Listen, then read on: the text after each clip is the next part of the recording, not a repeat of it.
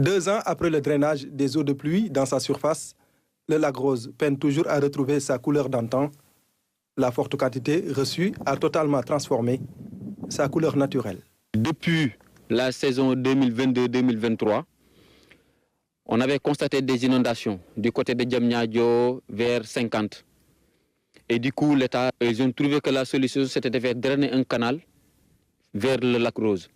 Et quand ils ont drainé ce canal-là, depuis l'année 2022-2023, le lac est devenu comme ça.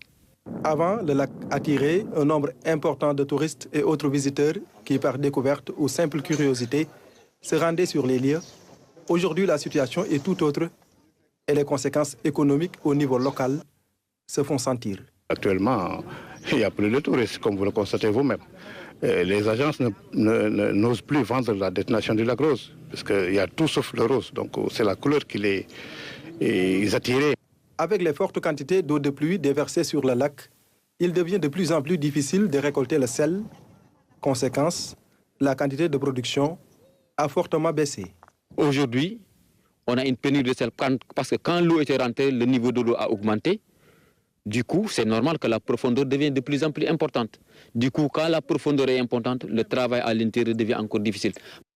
Pour trouver des solutions à la situation, les autorités étatiques et locales ont pris un certain nombre de mesures. Il faudrait penser à réaliser des infrastructures, des ouvrages de relevage qui permettront de ne plus dériver cette eau vers le lac, mais de le dériver vers la mer. C'est ça qui est prévu dans les années à venir. Ça prendra un peu de temps, mais les études sont en train d'être faites et Inch'Allah, je pense que l'État réalisera l'ouvrage pour pouvoir améliorer cette situation.